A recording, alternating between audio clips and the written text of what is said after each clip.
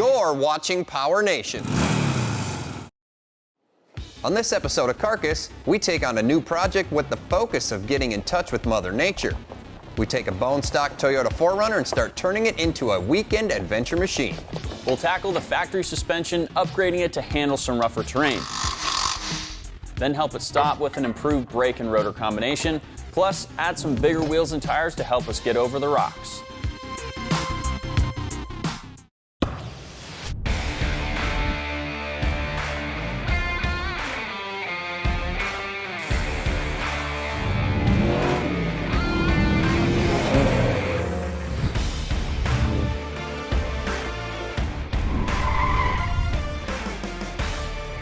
Hey guys, what's up? Jeremy and Jimmy here from Carcass. We're not in the studio today. We are out enjoying Mother Nature, and we got a cool new project we want to tell you about. Yeah, so we've got our 2016 Toyota 4Runner that we're going to be building kind of in the overlanding style. You see these things everywhere. I see them on my drive to work, if I'm around town, whatever the case may be. And I'd say actually the minority of them are bone stock. Right. Most of them that I see, they've been upgraded in some fashion. Everyone's kind of got their own twist on it, whether it be lift, wheels, tires, you see rooftop tents, stuff like that. And we are going to be doing overlanding, so there's a good chance there's going to be stuff going on the roof of this thing. So we'll kind of see what we get into. Yeah, you know, there's really three different styles. You got trucks, vans, and your SUVs. We chose to go with the SUV platform solely because you can pack so much stuff in the back to keep it out of the elements, and you've got all of this space on the roof that you can use as well.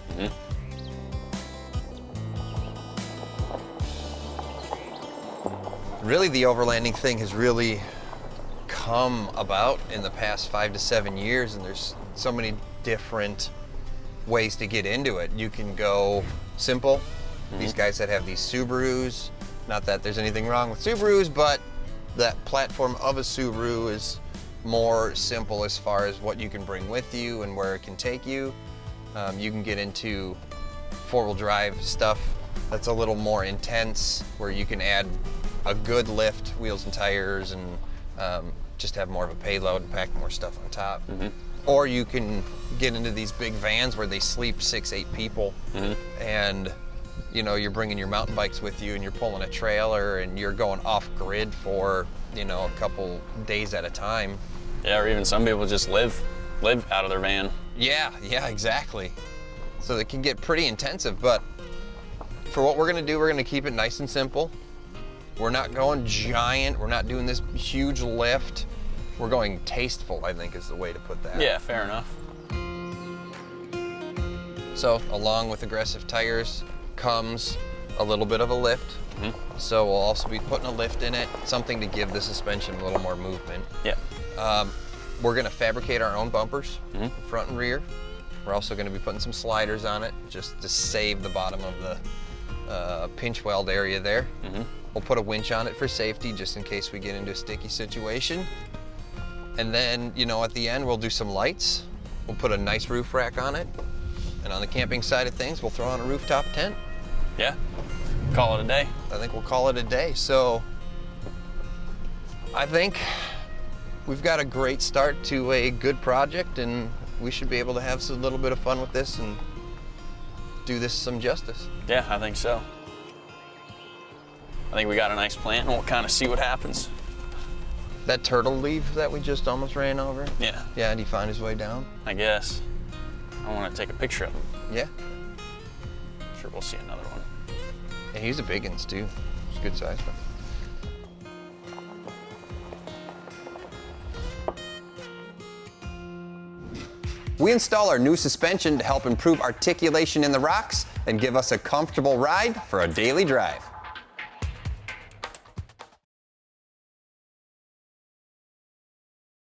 We've got our 4Runner back in the shop, and we're about ready to get this thing up on the lift to blow the entire thing apart.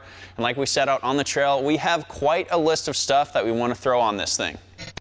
So here's the plan for the 4Runner. To give us a little more clearance for our bigger tires, we'll be swapping the stock suspension for a lift kit, including rear coil springs and front coilover shocks. To help us stop, we'll be adding better brakes, and we'll round that off with some custom wheels and all-terrain tires. From there, we'll modify and build some custom bumpers for the front and the rear, and we'll add some rock sliders and a winch.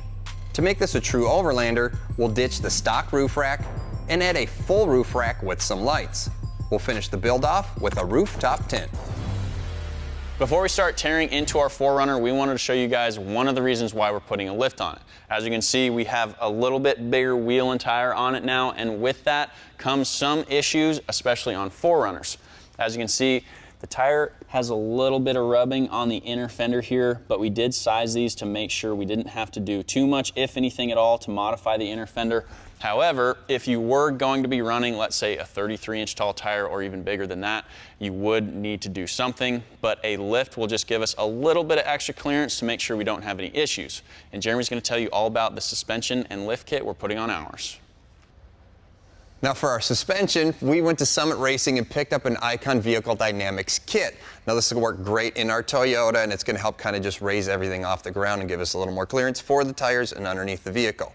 And in the back, we've got a set of their coil springs, and they also sent us an extended set of shocks. But in the front, it's a little more intricate. What these are is 2.5-inch bodied, a fully adjustable coilover. And what that's going to do is just give us more wheel travel. To go along with wheel travel, we also have their upper control arms with this delta joint. This is kind of like a ball joint, but it helps everything just move a little bit better. When we're out on the trails, lets the suspension just kind of move freely. We have to get all of this up underneath the 4Runner. Jimmy's going to get that thing up in the air, and we're going to blast this thing apart.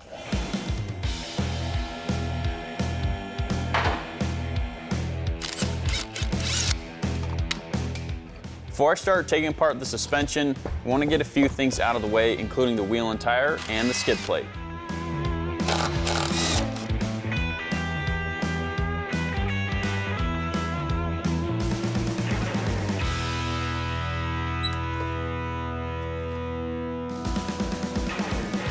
Before I start taking stuff apart, I'm going to go around to all 4 corners and spray it down with some Seafoam Deep Creep penetrating lubricant to make disassembly as easy as possible.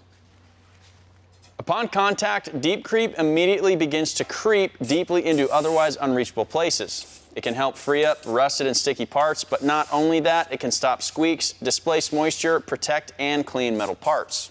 And you can even saturate metal engine parts with Deep Creep, as it will remove carbon deposits. After letting everything soak for a few minutes, I'll start taking the suspension apart, beginning with the tie rod.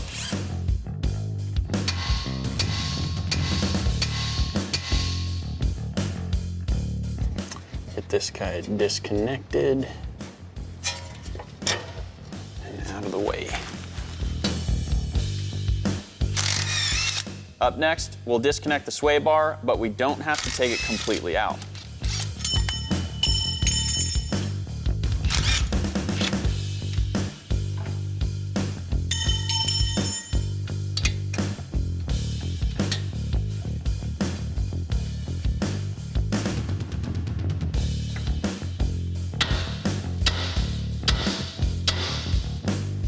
So once I get this unhooked here, this knuckle's gonna wanna kind of swing away, so I have a little piece of welding rod kind of hooked up here, just so it kind of stays in place, just in case it were to fall over.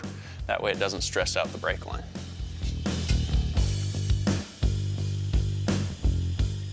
We'll lower the 4Runner down until the suspension slightly compresses, so we can remove the bolts that hold the original strut.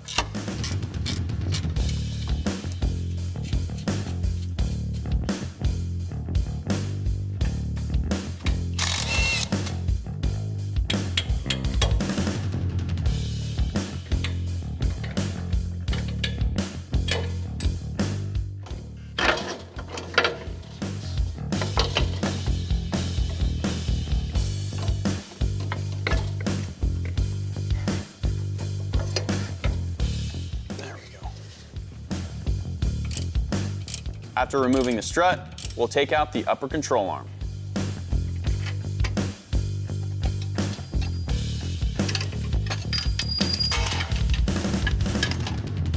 Jeez, that's a bolt. With the old control arm out, we'll install our new coilover setup.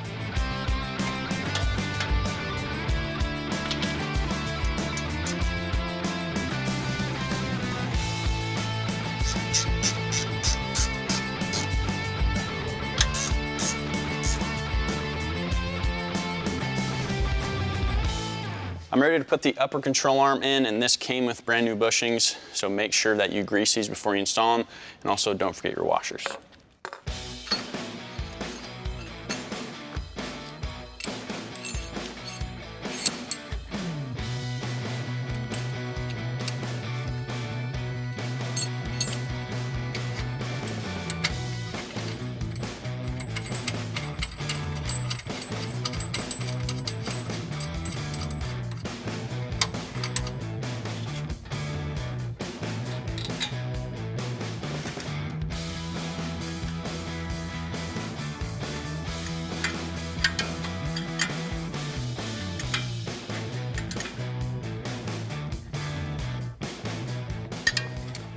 Once I get this tie rod all buttoned up, I'll move on to the other side, finish it, and then the last thing is to install the sway bar relocation brackets. Otherwise, once we finish this, we'll move on to the back.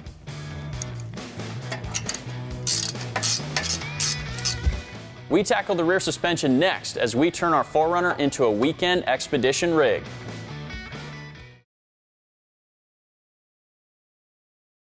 All right, guys, well, Jimmy has the front suspension all buttoned up underneath the 4Runner, and now it's time for us to focus our attentions on the rear and getting this thing sitting a little bit taller. Now, the back's a little bit different because we have a solid rear axle, so we're going to replace all the parts at the same time.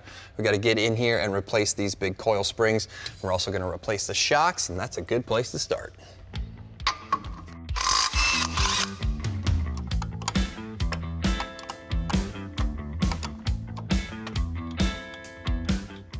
Get this shock off of here. We'll move on to the sway bar links.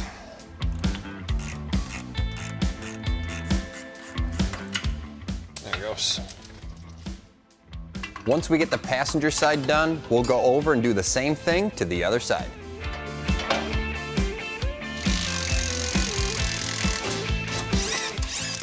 I'll remove the bolt that holds on the track bar. This will let the axle swing out of the way, allowing me to easily remove the coil springs.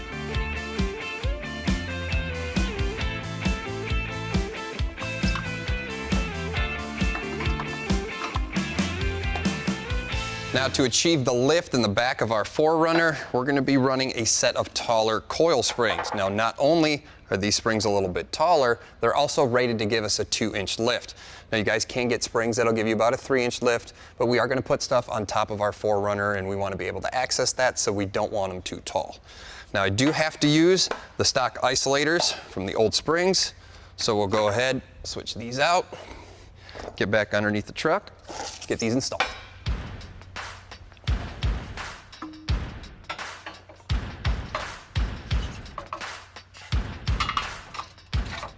To get these installed, it takes a little finesse.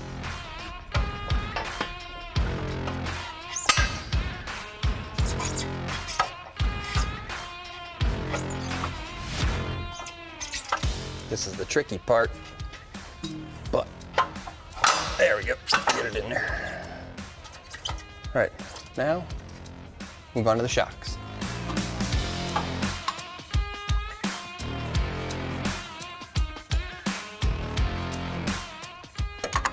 All right, so one thing to do here is before you can get the shock and the isolators to compress, we did put it on the bottom of the axle and we used a screw jack to push up on it. That compressed the isolators enough to get that big washer and the big nut started. So we'll just tighten these down.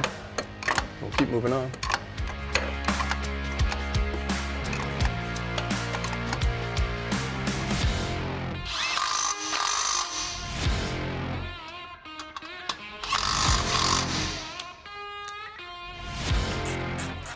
Lastly, I'll reinstall the sway bar and the track bar.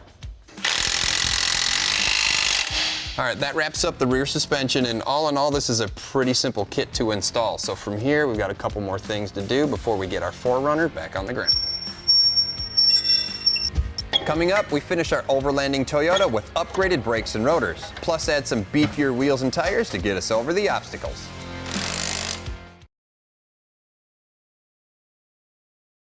All right, guys, well, we have the suspension installed on the 4Runner, and we really want to get this thing sitting on the ground to get a really good look at what it truly looks like. But before we get to that point, we got to mount up some wheels and tires, and we're going to be doing a brake upgrade. Well, we went to Power Stop and picked up their Z36 truck and tow brake kit. That kit comes with rotors for the front and rotors for the rear, and it also comes with brake pads. Before I can get this stuff installed, I obviously got to take the rest of the truck apart.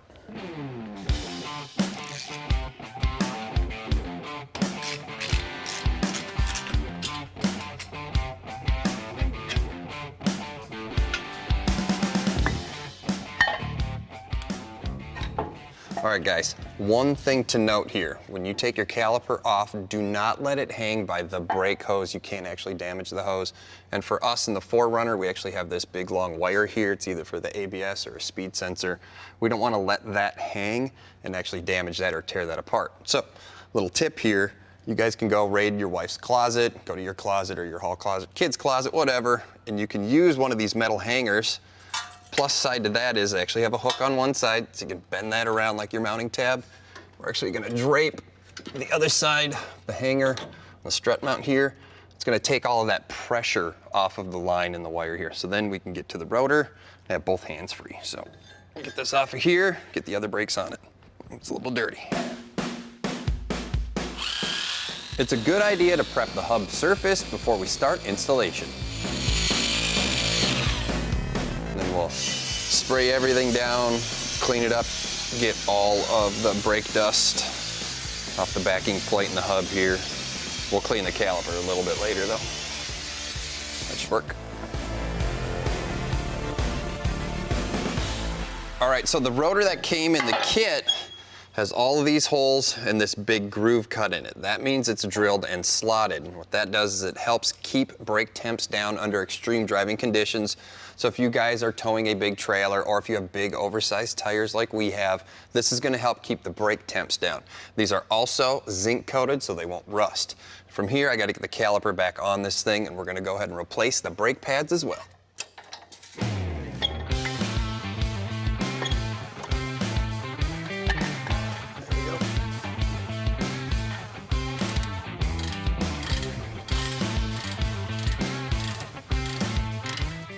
All right, so it's a very good idea when you're doing any type of brake work to torque everything down to its specs.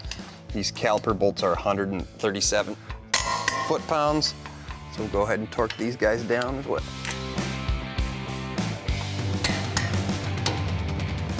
So on the brake pads now, one of the unique thing about the 4Runners or the Toyota side of things is you can actually service the brake pads without taking the caliper off. Now we had to take caliper off to obviously put the rotor on it, but what you can do here to get the pads out is you just pull out these two little pins, just like that, and you can actually pull your brake pads right at you. So we'll get these out of here, get the new ones installed, and move on to the rear. Now as far as the pads go, these are carbon fiber ceramic coated pads. This is a low dust formula, so you guys won't get your new shiny wheels all dirty. They're thermally scorched, so they have a fast break-in time, and they come with all the hardware you need to install them.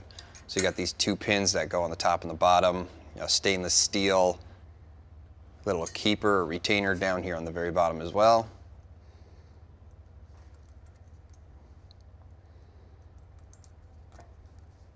And lastly, you'll have this little stainless steel keeper on the back side to keep the two pins in. All right, with that clip in, that buttons up the front, we still do have the back to do, but Jimmy's out mounting up some wheels and tires so we can get this thing on the ground and see what it looks like. For tires, we're going with the General Tire Grabber ATX in a 285 70/17. These are an aggressive all-season, all-terrain tire with a good balance of off-road capability and on-road performance for light trucks and SUVs. It features a long-lasting tread wear with low road noise, which is huge for us because we still want to drive it on the highway. It also features the 3-peak mountain snowflake symbol for severe winter conditions and is pinned for winter studs.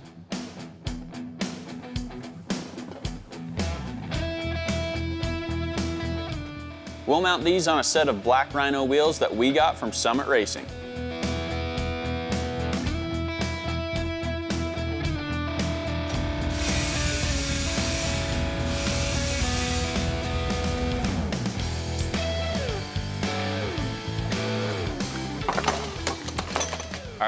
Got the tires mounted. Sweet. See what it looks like.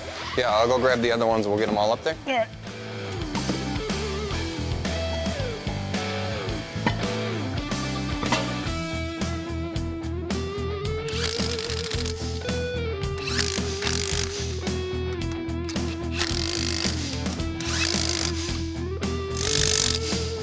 All right, you got that one on? Yep. Yeah, let's get this thing down on the ground. We'll check tire clearance in the front and see what it looks like.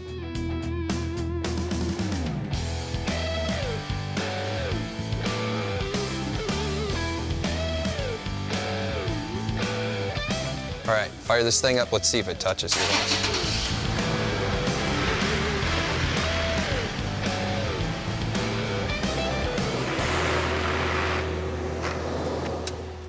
You know, they rub just a tiny bit on the mud flap here, and the mud flap itself is loose, so it just kind of touches. It's not that big of a deal. Yeah, probably just don't do anything with it. Yeah, I don't think we really need to do much about it.